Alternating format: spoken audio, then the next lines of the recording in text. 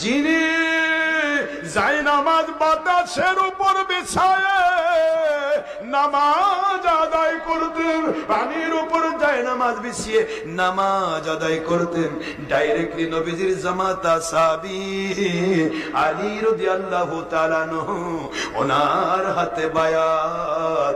হযরত হাসান বসরি উত্তম তাবে খয়রুল করুনের শেষ করুন।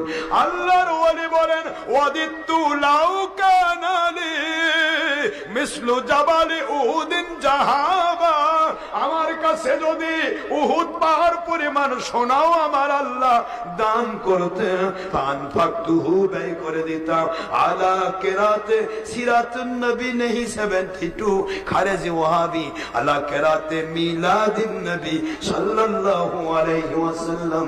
হযরত হাসান বসরি রাহমাতুল্লাহ আলাইহি বলেন, আমার আল্লাহ যদি